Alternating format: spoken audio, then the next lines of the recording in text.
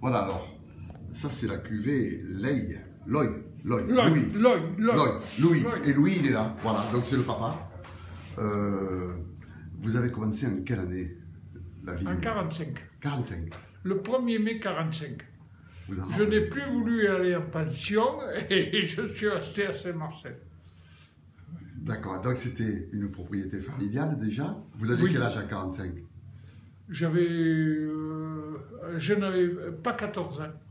Et depuis 14 ans, donc, vous êtes sur la propriété, sur la ferme finalement? Ça fait, regardez, 45 maintenant, ça fait 70 ans. 70 ans, c'est formidable. Oui. Et vous avez fait que la vigne ou vous avez fait autre chose? Non, j'ai fait le service militaire, c'est tout. D'accord, mais après, sur la propriété, vous avez travaillé que la vigne ou vous avez... Ah non, on faisait... Saint-Marcel, d'ailleurs, ça redeviendra pareil. C'était une zone où c'était la polyculture.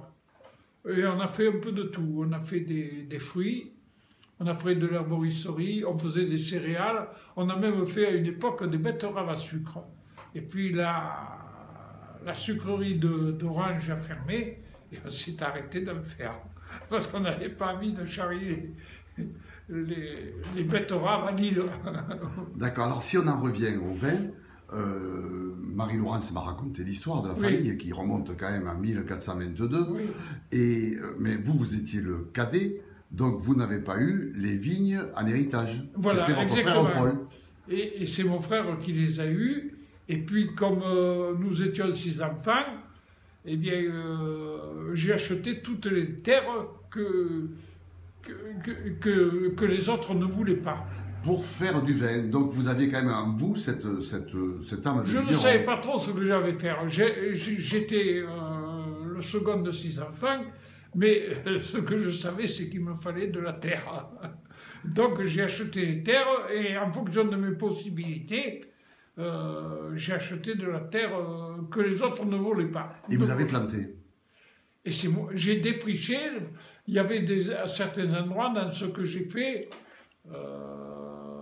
il y avait des arbres de 15 mètres, hein, des chênes blancs de 15 mètres. Le chêne est un mauvais précédent parce que vous avez des arbres qui ne transmettent pas le pourridier. Mais alors, le chêne est spécialiste de ça. Un coin qui a eu des chênes, les 3/4 du temps, vous souffrez du pourridier.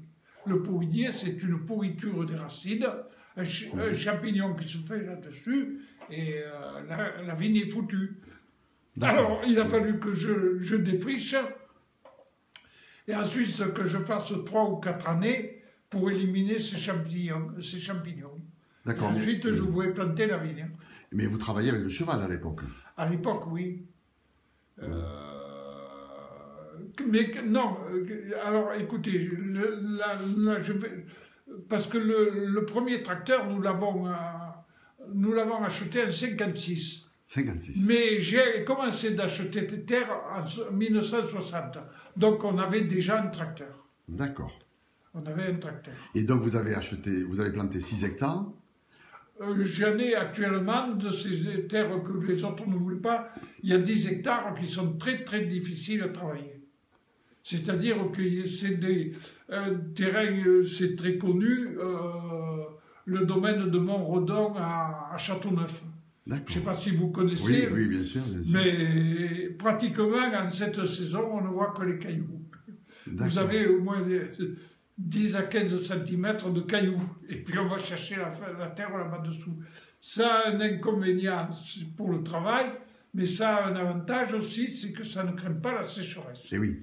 Plus il fait sec, plus ma vigne est belle. Ah oui. Ah oui. Ah oui. D'accord. Alors,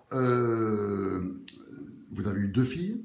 J'ai eu 2 filles. 2 filles, donc, Marie-Laurence et Elisabeth. Oui. Et je voudrais savoir ce que ça vous fait de les voir se débrouiller maintenant comme elles le font. Oui, mais, bon, la nature l'a voulu ainsi, quoi. Ce que je trouve, c'est que les paysans, moi surtout que quand on s'est mis à faire la bouteille à 65, j'avais déjà une 40aine d'années, et apprendre un métier à 40 ans, c'est difficile. faire la bouteille, ce qui fait que je me suis mis tard à la commercialisation. Donc j'étais un mauvais vendeur, alors qu'elles sont de très bonnes vendeuses. Et ce qu'il y a, le principal actuellement dans notre profession, c'est de faire de l'argent pour pouvoir tenir. Et oui. C'est pas très évident. L'argent est le nerf de la guerre, bien sûr, bien sûr. Oui. Mais quand même... Comme elles sont de très bonnes vendeuses, elles vendent beaucoup plus que moi. Et elles tournent bien, financièrement, elles tournent bien. Mais vous avez quand même, vous leur avez donné la même philosophie, le même amour de la terre, de la nature. Je ne l'avais pas donné, elle l'avait déjà. Elle l'avait déjà. Comment vous l'expliquez? Ça, c'est beau. C'est naturel. C'est l'atavisme, et puis peut-être aussi les gènes. Peut-être aussi les gènes. Et oui, oui, oui. Parce que quand même, on est marqué par la durée de votre domaine. C'est rare de rencontrer un domaine qui remonte à 1422. On est marqué par l'esprit de famille, où tout le monde participe. Et puis, on est marqué par le fait que vous suiviez la nature avec autant de naturel, finalement. C'est naturel. Oui. Ah oui, oui, oui. Je vais vous dire une chose qui a marqué, peut-être qui a eu son importance, c'est qu'il y a entre 1810 et 1850, depuis 1850, mon grand-père et mon arrière-grand-père faisaient du négoce. En particulier, ils habitaient, mon arrière-grand-père habitait Lunel-Viel. Ah, d'accord. Ce qui fait qu'ils avaient l'exploitation ici, ils achetaient du vin à Lunel à cette époque, à Marcillac et tout autour, et ils le mélangeaient avec le vin d'ici. D'accord. L'appellation a été créée en 1930, quoi, je crois, dans les années 30. Donc c'était bien avant l'appellation qu'ils faisaient et c'était possible à cette époque-là. Et puis à cette époque-là aussi, ce qu'il y a, c'est que souvent les vins du Midi, c'était beaucoup d'aramon et des petits degrés. Et nous aussi bien, on en avait quelques cépages qui remontaient un peu le vin. D'accord. Voilà. D'accord, d'accord. Bon, et comment vous voyez l'avenir de la viticulture, l'avenir de la famille, l'avenir Moi, je pense que devant l'évolution de la société, le vin, c'est d'abord ce qu'a dit le président Pierre Feu, qui a lancé cette idée qui était vin. Le vin, c'est le plaisir. Oui. Donc, on doit orienter le vin pour que celui qui le boit ait le maximum de plaisir. Donc, on a affiné les vins, on a changé de cépage, on a vinifié différemment aussi. Mais enfin, nous, on a conservé la méthode parce qu'auparavant, je ne me rappelle pas quelle année on l'a acheté, mais on a acheté un four aux pompes pour pouvoir vider et dispatcher dans les cuves. Mais on l'a revendu aussi vite et on s'est rendu compte, on a fait maintenant, après ce que nous avons fait la vendange toujours à la main et le mis en grappe entière dans les cuves. Ce qui fait que votre vin est beaucoup plus fruité. Il y a un goût de fruit que vous perdez si vous mettez comment je dis là, les grappoirs ou le four aux pompes. D'accord. Ce qu'on tâche de faire, justement, le plaisir du vin, c'est dans le goût de fruits. C'est vrai, c'est vrai. Et comme c'est orienté, c'est loin du gros qui tâche, c'est loin du vin de 14-18. Mon père avait fait la guerre de 14-18, et même il avait été porté disparu pendant 6 mois. Et il avait été fait prisonnier, mais comme les relations avec l'Allemagne n'étaient pas bonnes, il a été porté disparu pendant 6 mois.